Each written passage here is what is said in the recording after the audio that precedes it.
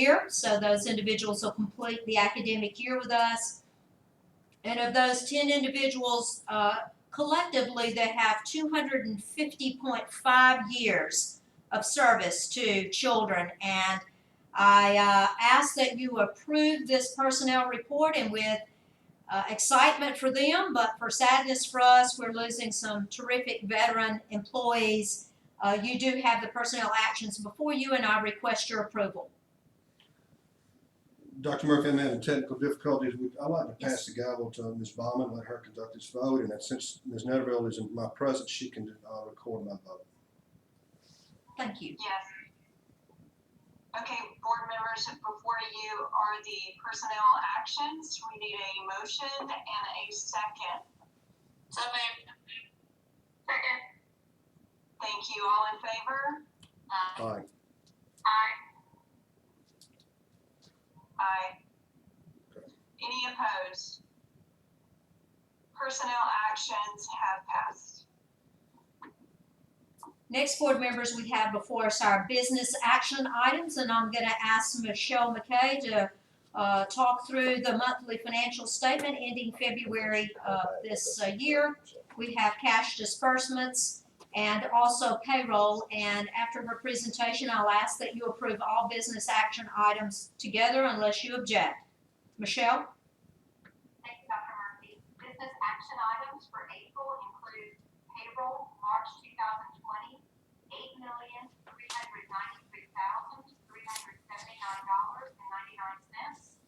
Cash disbursements for February FY 2020 equals $6,182,062.85. Board members and Dr. Murphy, before you, included in your packet is the summary and general purpose financial statement for the month ended February 29, 2020. For FY 20, 73.14% of budget revenue has been received for the month ended February 29, 2020. We have seen an increase in ad valorem receipts compared to this time last year, but as we move into spring and summer, additional tax receipts will begin to decline. The results of operations represent 5 months of activity. Accordingly, we would anticipate having to spend approximately 42% of the budget for recurring expenditures. At this time, general fund expenditures are 41.02% of the budget. For the 5 months of activity, the current month's reserve is 11.25. This will decrease as ad valorem tax collections decline for the remainder of the year. In February, we made payments for upgrades to our HVAC system, as well as for principal and interest on our outstanding debt. Special revenue expenditures for 5 months of activity were $9.4 million, or 46.27% of the budget. The majority of federal funds, including CNP, are expensed during the school year, and requests for reimbursement occur a month in arrears. Thank you, Dr. Murphy. Board members, I would request your approval of the monthly financial statement ending February, cash disbursements, and payroll. Ms. Baumann, you have the Board gavel. members, before you are at the business items, I need a motion and a second to approve the business action items. Second.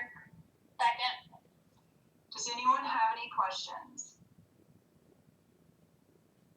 Hearing none, all in favor? Aye. Aye. Aye. Any opposed? Business actions have passed. Thank you, Dr. Murphy. Ms. Baumann, board members, next on our agenda is a policy revision for Board Policy 6.14. This is specific to corporal punishment in our school district. This is not a change in policy, but merely a clarification, and I'd like to read it for the board members and for our public. So Board Policy 6.14, specific to corporal punishment. The board does not permit the use of corporal punishment as a consequence for inappropriate behavior. Appropriate restraint or intervention may be allowed in response to emergencies or other circumstances reasonably requiring such action. The distinction that we're trying to make is that between the use of corporal punishment and on those occasions when it's necessary for us to appropriately restrain a student for his or her well-being or that of others. I ask your approval, as you've already had this a month in advance. I ask your approval of Board Policy 6.14, corporal punishment in its revision. Board members, I need a motion and a second to approve policy revision for 6.14, corporal punishment. So moved. Second. Any questions from the board? All in favor? Aye. Aye. Aye. Any opposed? The policy has passed. Dr. Murphy? Thank you. There is a second policy revision, which is 6.1.2.A, specific to admission to our schools. And I'd like to also read this. This is a clarification of individuals to be admitted into our schools. School-aged children who reside within the municipal limits of the city of Hoover, Alabama, are eligible to enroll in Hoover City schools. For purposes of this policy, 1, the residence of a child shall be presumed to be the legal domicile of the custodial parent. Where parents have separate domiciles, custody shall be determined by an appropriate judicial order or agency placement order. 2, if custody of the child is joint or altering, the actual physical residence of the child will control. Unilateral delegations will not be recognized for enrollment or for continued enrollment. Should any conflict arise between the terms of this policy or its proposed application and governing state or federal law, including applicable court orders, such law shall be deemed controlling. This, again, board members, is simply to clarify admission to Hoover City Schools. I request your approval. Board members, we need a motion and a second to approve the policy revision for 6.1.2A, admissions to schools. I need a motion. So moved. A second? Second. Any questions? All in favor? Aye. Aye. Aye. Any opposed? The policy revision passes. Dr. Murphy? Next on our agenda is bid recommendation for Hoover High School partial roof replacement. I am requesting that you award this to the lowest bidder, Quality Architectural Metal and Roofing, which is a Hoover company. The base bid came in at $1,529,499. There are no alternates that are required to meet the budget requirements. There were 5 invitations to bid that were extended, and we did receive 4 responses. You have a tabulation sheet included for your review, and I'm asking your approval of Quality Architectural Metal and Roofing for the amount of $1,529,499, which is the base bid for partial re-roofing of Hoover High School, requesting your approval. Board members, I need a motion to accept the bid recommendation from Dr. Murphy for the Hoover High School partial roof replacement. So moved. Second. Any questions? All in favor? Aye. Aye. Aye. Any opposed? Thank you, board members. The bid has passed. Dr. Murphy? Board members, it's this time every year that we start to think about summer work schedules. And as we have done in years past, we'd like to propose a summer work schedule that would begin June 1 and end July 27th. Employees will work Monday through Thursday, 10 hours a day, unless a different schedule is approved by the superintendent or designee, which might include supervisors or directors who would need to have employees on some sort of different schedule. There's a lot of assumption here, and that is that we are assuming relief from COVID and our opportunity to return back to some sort of normalcy on a schedule. I do request your approval of this summer work schedule, being a 4-day work week, 10 hours, again, based on some flexibility that might have to be issued by directors and supervisors or the superintendent. Requesting your approval. Thank you. Board members, I need a motion to approve the summer work schedule. Second? Any questions concerning the work schedule for the summer? All in favor? Aye. Aye. Any opposed? Thank you. The work schedule is passed. Dr. Murphy. The last item under action items is that of H, a change of monthly board meeting dates from the second Tuesday to the second Monday. We have a board member that has a conflict, a work conflict with our Tuesday, second Tuesday, so a request from Mr. Kermit Kendrick to move that to the second Tuesday instead of the second Monday. What Move it to the first month. Said second. I'm sorry, that we'd be moving from the second Tuesday to the second Monday. Sorry, I guess I got bumfuzzled there. So a request to change that based on that need of a board member. What we are presenting to you is starting with May 11th, that we would move that to that Monday and all subsequent second Mondays after that to carry us all the way through June 14. What we would typically be doing is asking you to approve the regular board meeting dates in May, so I'm just jumping a month ahead to ask you to do that, given the request to be able to accommodate our board members. So you have before you the regular board meeting dates. The only exception that we have, that I would note to you at this time, is a conflict that I have on October the 12th of this fall, in the fall, which is our SSA Fall Conference, and would ask that we just simply push that out to the third Monday. We have a little bit of time if that needs to be altered, but do ask your approval of this change in our board meeting dates. Board members, I need a motion to change the monthly board meeting from the second Tuesday to the second Monday, and all the meeting dates for our next fiscal year. Do I have a motion? A second? Second. All in favor? Aye. Aye. Any opposed? Thank you. We'll move now to the superintendent's reports, information reports, and the first item I would like to present to you is a revision to a job description for operations.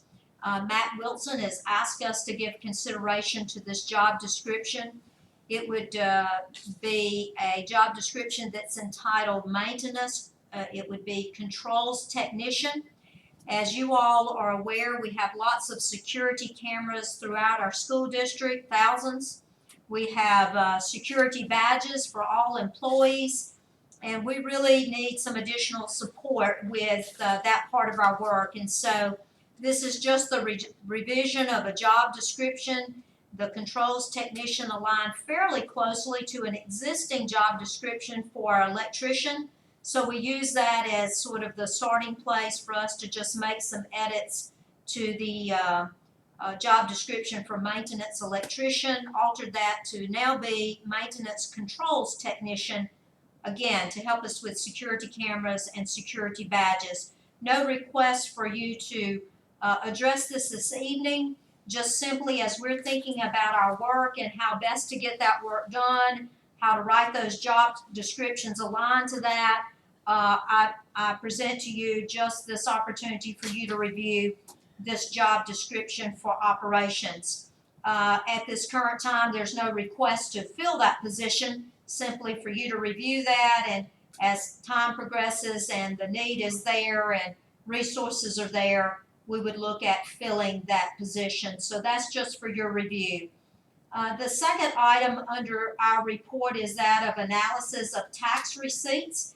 And I'm going to go to mute and ask Michelle McKay again to join us for conversation. Thank you, board members. Included in your packet this month was an analysis of local tax receipts. I chose February because that is the last month that we see significant tax receipts. The amount of revenue collected between now and September 30th will be minimal. So looking at the information that I shared with you, I started with a 5-year comparison. And what I did was I broke out all the property tax, and the auto tax, and the sales tax. We get property tax and auto tax from Shelby County, Jefferson County, and from the city of Hoover. If you look at February 2020, at this time, we're in a very good place. We have matched what we received last year. So it just goes to support our budget and where we are today, and that we have a steady revenue flow. And that's a positive. We are seeing a slight decline in 16 mil Shelby County property tax, as well as the 16 million Shelby County auto tax. If you look at the sales tax, there's a slight decline here for Shelby County as well. One thing I do want to point out too is that the auto tax, the 24 mil Shelby County from the city of Hoover and the 24 mil Jefferson County auto tax from the city of Hoover, under that February 2019 column, unfortunately, we have the wrong number there.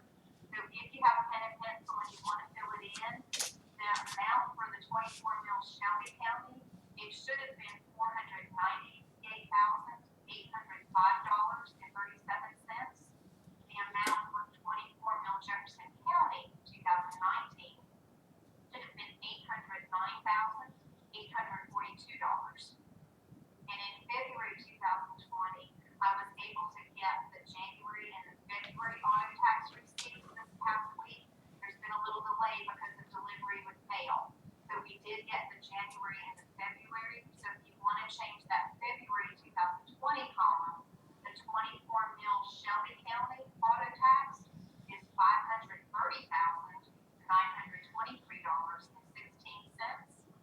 The 24 mil Jefferson County auto tax is now $832,381.20. So a little bit above where we were last year. Again, it just goes to show that we have steady revenues coming in. And the good news is, and I'm pleased to say in these times of uncertainty, that we have received 99.73% of local tax receipts to date. Actual receipts to date are $77,188,662.67. The FY20 budget for the local tax receipts was $77,392,939.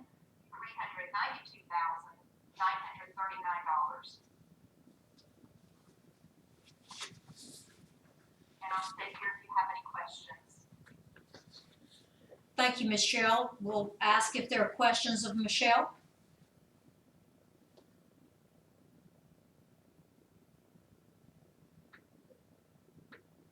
Thank you so much, Michelle.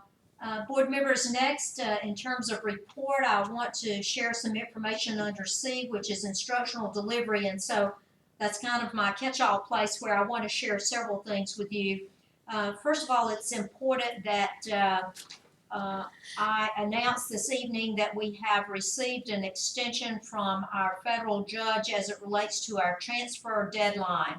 The transfer deadline was to be April the 15th, which I believe is tomorrow. And that has now been extended until June the 15th. The reason for the request to extend is, first of all, what we're all experiencing now, which is complete dishevelment of life as we've known it. And the fact that we've also sent out lots of emails and correspondences with our community, and we just don't want this transfer request to have been lost in any sort of shuffle. And so out of just an abundance of care, we wanted to issue some additional time for any families that wanted to request any transfer. So the transfer date has been extended to June the 15th. If it has not